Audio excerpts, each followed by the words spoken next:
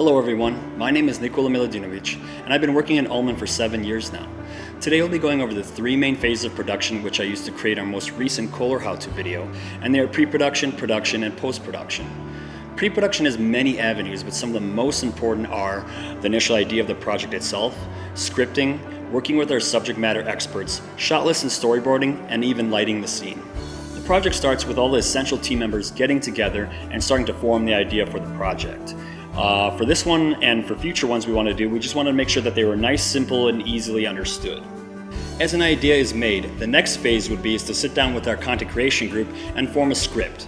But for this particular video, we chose not to write a script and let the visuals carry most of the weight. A plus side to not using a script is that it can help on cost savings. A lot of companies work with a lot of countries throughout the world, and typically when you have a scripted video, sometimes it has to be translated.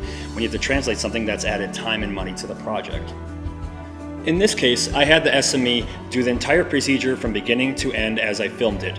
This way it'll help me create a better shot list and storyboard for when it's time to actually do the filming. After that, I offload all my footage onto my computer and begin creating my shot list. A shot list is pretty much a written form of what is happening in the scene and what shot you plan to do to achieve it. From a shot list, you then move on to making your storyboard. A storyboard is very similar to a shot list, but you add a visual aspect to it. So it can be little sketches or something very more detailed, just pretty much helping draw out what's happening in that scene. It can be photos taken, 3D renders, whatever will help you figure out what's happening in the scene on the day of the shoot. It's very helpful keeping you organized, especially on larger projects. From storyboards, we move on to lighting and set design. This particular Kohler video that we shot was in-house in one of our main studios, and we pretty much just began by creating a very nice, neat workstation for the engine to be displayed.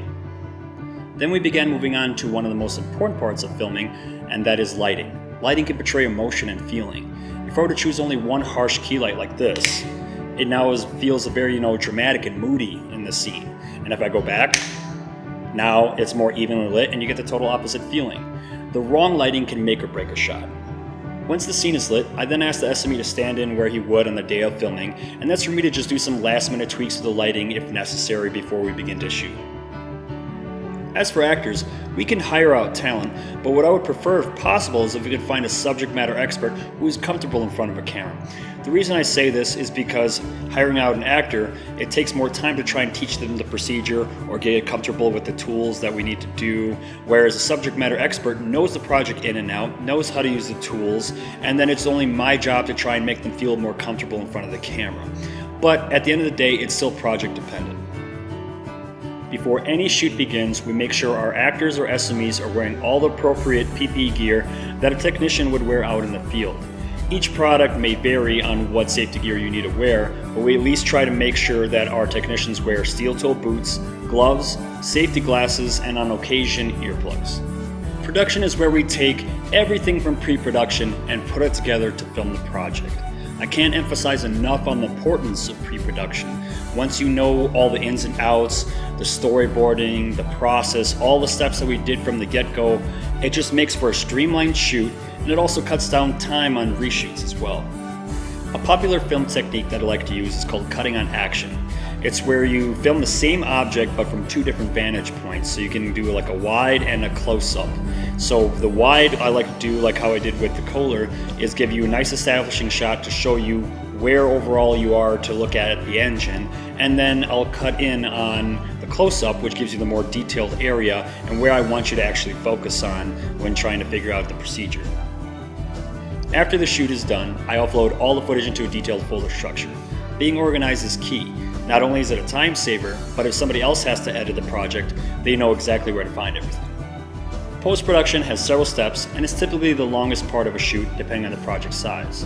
The first steps we would take is take all our footage that we shot earlier and dump it into the editing software and begin chopping it up to deliver the initial story that we envisioned from the get-go. Once the story makes sense, then we would move on to the next steps, which is color correcting and color grading the footage. So typically we would start with a raw file that looks something like this. From there we move on to the color correcting process, and then we add our final color grading touches to it. Then we would do some sound design, and then if need be, we'll add some motion graphics. For this shoot, I knew we were planning to do more of these, so I had one of our talented animators create a nice little title card animation that we can use for all the future videos to come, and it gives us a nice consistent look and feel.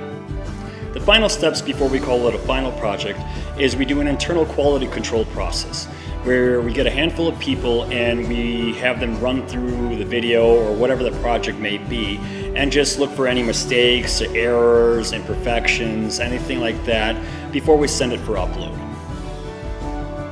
Hopefully this video gave you a little insight to the video production process and how we created the Kohler how-to video.